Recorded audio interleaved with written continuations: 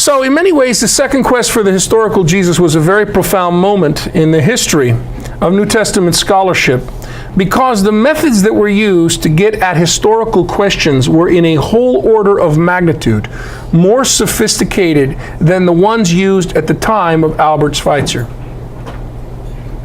And it did not change the result. This was the situation in 1984. Annually, there is a gathering of biblical scholars from all over the world, the Society of Biblical Literature.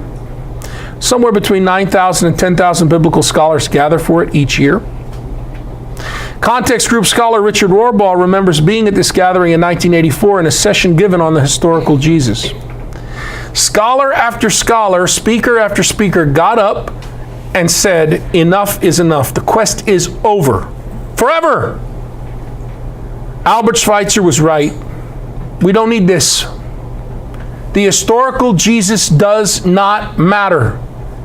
It is only the theological Christ that is of any significance for us. Enough. In the spring of 1986, however, about a dozen scholars, including Richard Rohrbaugh, Bruce Molina, God rest his soul, John Pilch, God rest his soul, Jerome Neri, and others were working in the Middle East, in occupied Palestine. These scholars were forwarded a letter that had been sent out to a little fewer than 150 other United States biblical scholars by a retired and famous scholar named Robert Funk. The disastrous results of the new quest, or second quest for the historical Jesus, led Funk to launch what would become known to the world as the third quest. Perhaps at that time, Robert Funk was one of the best-known New Testament scholars in the United States. He had spent much of his career teaching at Vanderbilt University, but had taken a vacation in Montana and gone fly fishing, his passion. And you know, Funk was so excited about his experience fly fishing that he went down to Missoula to the University of Montana, met with the president and asked him, "How'd you like a religious studies department?" The guy said yes. So Funk took the entire Vanderbilt Religious Studies department with him and brought it to the University of Montana. And there he taught for 20 years and fly fished.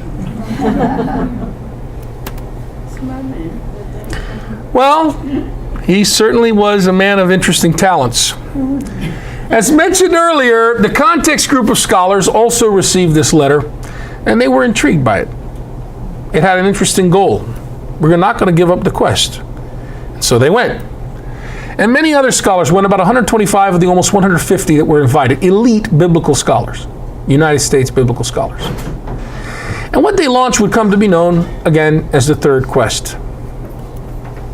Funk promised that this gathering of scholars would prove to be an historic moment in the annals of New Testament scholarship. And indeed, it did turn out that way, although perhaps not in the manner that Funk had intended it. Funk believed this would be the beginning of the most exhaustive quest for the historical Jesus ever attempted. Funk's gathering of scholars came to be known as the Jesus Seminar, and has produced a minefield of controversy to this day. But that's a story for the next presentation tomorrow morning. Yeah.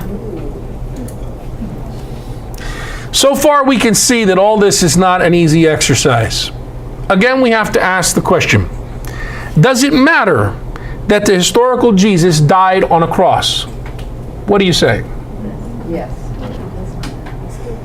You're a little more reserved. Last class, heads, the beginning, yeah, then no. And now maybe. Maybe. It means something. It means something. Well, it can mean anything. You know what? Superman means something. Does Superman happen? The answer is? No. Does it matter or not? Was Albert Schweitzer right that the historical Jesus does not matter? No. Not 100%. So let's leave the third quest and the Jesus Seminar that began it and return to our list of scholarly biographies of the second quest. Quick review again. Yeah, like our creed, for example, which claims historical basis. Look at that list. Now, are these writers, were they, I know that they were scholars, but were they secular scholars or were they religious scholars? Or They were scholars that belonged to various religious traditions, like, for example, Albert Klieg. Let's look at Albert Klieg for a moment, ladies and gentlemen. Albert Klieg is the scholar who claimed that the historical Jesus was black, had African ancestry, was telling black people how to fight white people. Klieg was an American scholar. Would it surprise anybody to learn that Klieg was black and a member of the Black Panthers? shocked? What white people were there to fight? Plenty. In the Middle East? No. In the first century? Oh, I get what you're saying. Well, let's see what Klieg was talking about. See, here's the thing. Would it surprise anybody to learn the date of Klieg's scholarship was 1967? What was going on in 1967? Now, I want you to stop and think about this for a moment. We can all smugly laugh at Albert Klieg. What a dumbass. Was he? Oh, okay. See, here's the thing. Albert Klieg had been told all his life that Jesus was white, like all the white United States people in power. And that if he really wanted to become a follower of Jesus, well, he had to become culturally white, didn't he? That's a Jesus that Klieg couldn't believe in, folks. Is it really surprising that Klieg would arrive at his conclusions about Jesus? You shouldn't be surprised. Yes? I mean, it's psychologically proven that we want to want to get along, and we want people around us that we can relate to.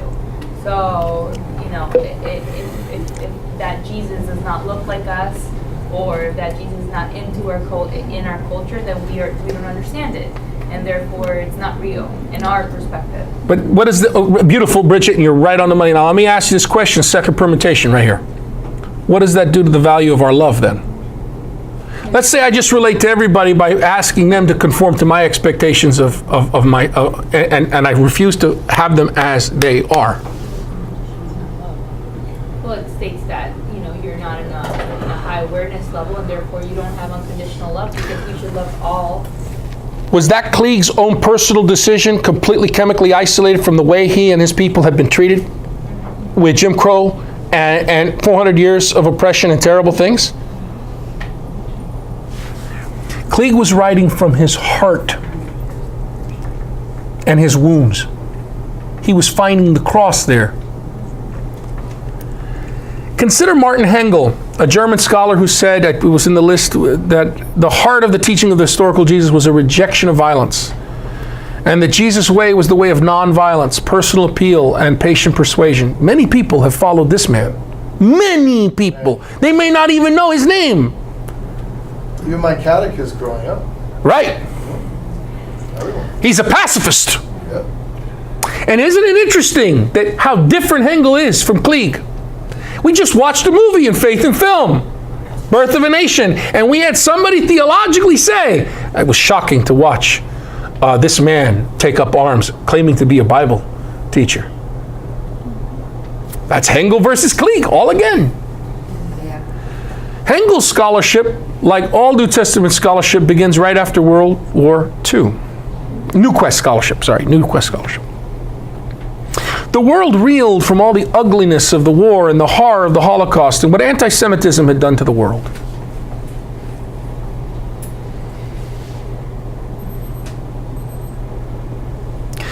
If you studied German New Testament scholarship of that period, you might be horrified to discover that the anti-Semitism was so prevalent in German politics, it was also prevalent in New Testament scholarship as well. Rudolf Bultmann's teacher, Martin Heidegger, was a card-carrying Nazi member.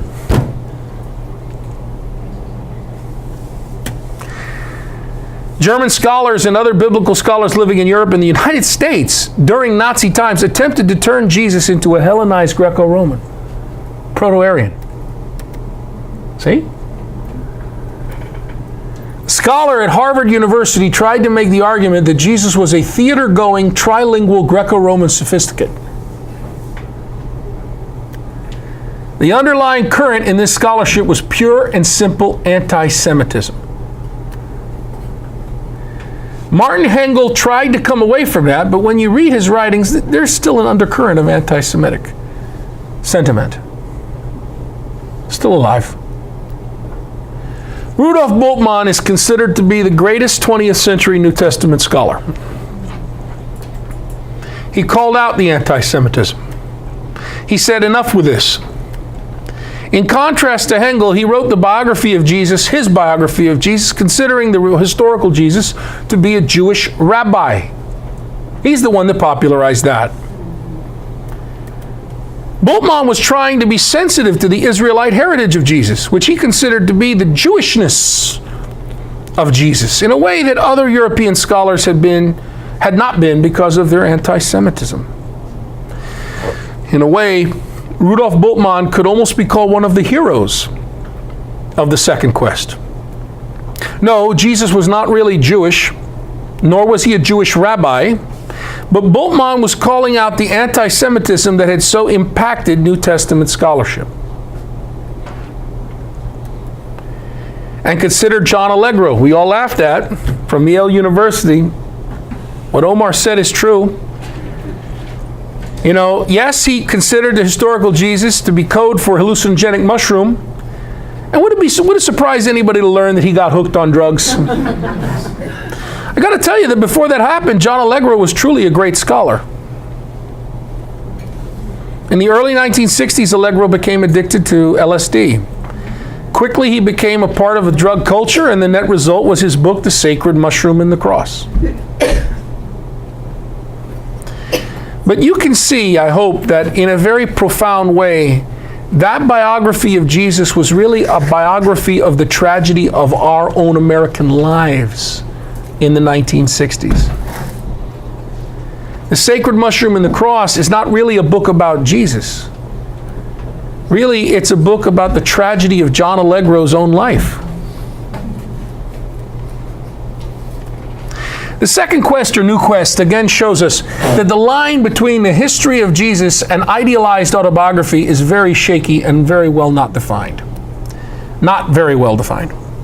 In 2017, we would indeed be naive to think that we have overcome this, that we have gotten over this. And yet now the situation is more secured. A United States scholar can no longer sit in a gathering of international scholars and present his American Jesus, because New Testament scholarship has now become very international. And in fact, it's dominated by scholars from Spain right now. A United States scholar presenting a familiar American Jesus will be challenged immediately by an African scholar, and vice versa. If the African scholar gets up and tries to present an African Jesus, we can challenge him or her. New Testament scholarship is entering into a multi-ethnic, multicultural new era, dominated not by one gender, and offering a context in which to ask questions about Jesus that human beings have never asked before. We're going to dive into that story in the next presentation. Hey, thanks for watching. Just continue the playlist for the next part of the study. If you have further questions, this is good. They will get addressed, so keep watching. If you found value, please subscribe, like, and share. As always, questions, comments, and criticisms are most welcome. God bless you.